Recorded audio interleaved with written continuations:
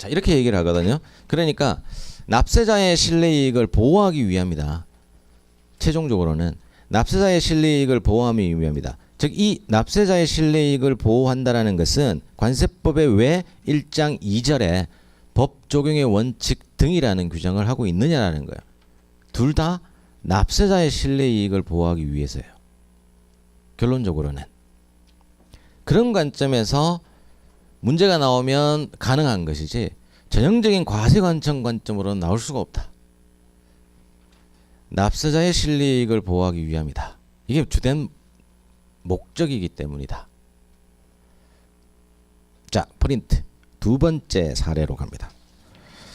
3페이지입니다.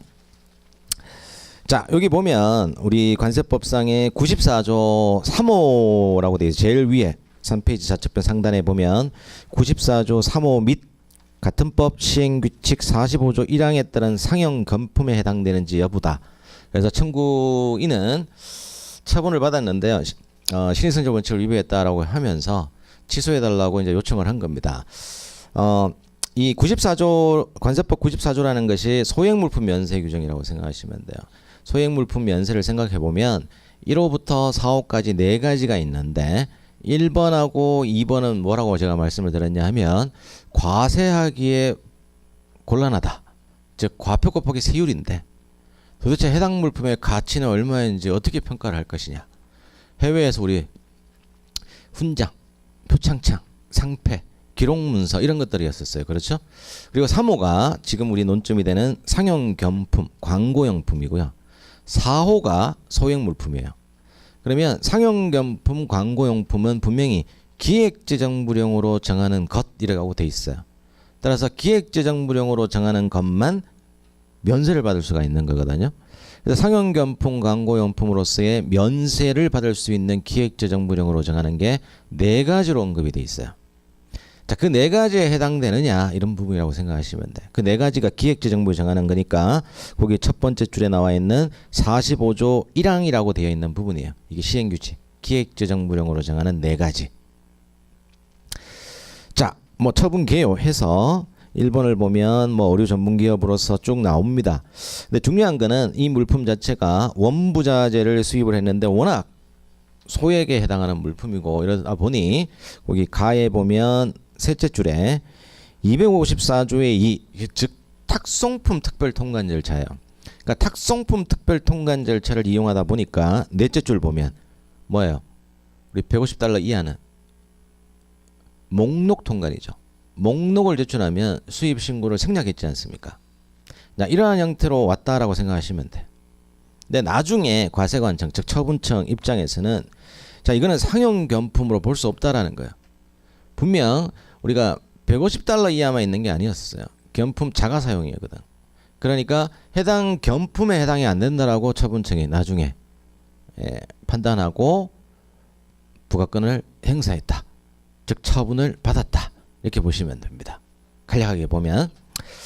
따라서 2번 항목의 이 지금 두 번째 사례는 무엇을 위해서 제가 프린트를 했냐면요. 2번 청구법인 주장과 처분청의 의견이 있는데 거기 3페이지 우측편 상단으로 쭉 올라가시면 항상 우리 납세자들이 많이 주장하는 것 중에 하나가 제가 기본에도 말씀을 드린 것으로 기억이 나는데요. 우리는 신고 의무를 이행했다. 또는 관세 법령상의 의무를 충실히 이행했다. 그러니까 어떻게 보면 그에 따른 세관장 입장에서는 성실성 추정 원칙이 적용이 되지 않습니까? 다만 이제 그 다음 단계로서의 절차가 세관장의 행정행위가 있는 거거든요. 그러니까 신고제라 하면 신고제라고 얘기하는 이유가 신고하면 세관장은 단순 확인하고 수리하죠. 그러니까 수리의 의미는 확인했다는 의미이시지 그것이 공적인 견해 표명 등으로 볼 수는 없는 거죠. 따라서 청구법인은 우리는 법령상에 규정된 절차를 충실히 이행했다라는 것이고 그에 따라 세관장 과세관청도 확인을 했고 그리고 최종적으로 수리한 것도 있다라는 것을 얘기하는 겁니다. 그렇다면 지금 여러분들이 이 내용을 읽어보면 말도 안 되는 주장이거든요. 그럴 거 아닙니까? 말도 안 되는 주장이다라고 생각해야 올바르게 공부한 거예요, 여러분들이. 알겠죠? 근데 이렇게라도 해야지 어떡하겠어. 뭐 다 말 되는 걸 주장할 것 같아요? 그렇지 않아요. 말 안 되는 거 주장 많이 합니다. 자, 이 경우 거기 갈로 4번을 보세요. 장기간 쟁점 물품을 수입하면서 관세법이 정하는 절차에 따라 목록 통관 방식으로 신고하고 견품 면세를 적용받아 왔지만 처분청은 그간 쟁점 물품의 과세에 대하여 아무런 문제 제기를 하지 않고 수리해 왔다. 그렇기 때문에 이 추가적인 행정 처분은 신의성실 원칙을 위배했다라고 최종적으로 주장한 겁니다. 자, 이 문장만 보면 끝난 거죠. 그죠? 신의성실 원칙을 위배했다라고 주장의 근거가 없잖아. 신의성실 원칙은 무조건 공적인 견해 표명이 일단 스타트가 돼야 돼요. 그게 없으면 아무리 신의성실 원칙을 위배했다, 신의에 조차 성실하게 하지 않았다, 그 단순히 이 문장만 보는 거예요. 신의에 조차 성실히 의무를 이행해야 된다라는 이 문장만 보고 이제까지 우리는 다 절차를 했고 당신들도 다 했는데 이제 와서 한다라는 거는 신의에 조차 성실하게 안 해왔다라는 거 아니냐. 단순 신의성실 원칙이라는 문장만 가지고 주장한 거죠. 그러면 처분청은 당연히 아니다라고 얘기할 것이고요. 결론적으로 심리와 판단이라는 부분으로 넘어가면 5페이지 쪽으로 봐봐요.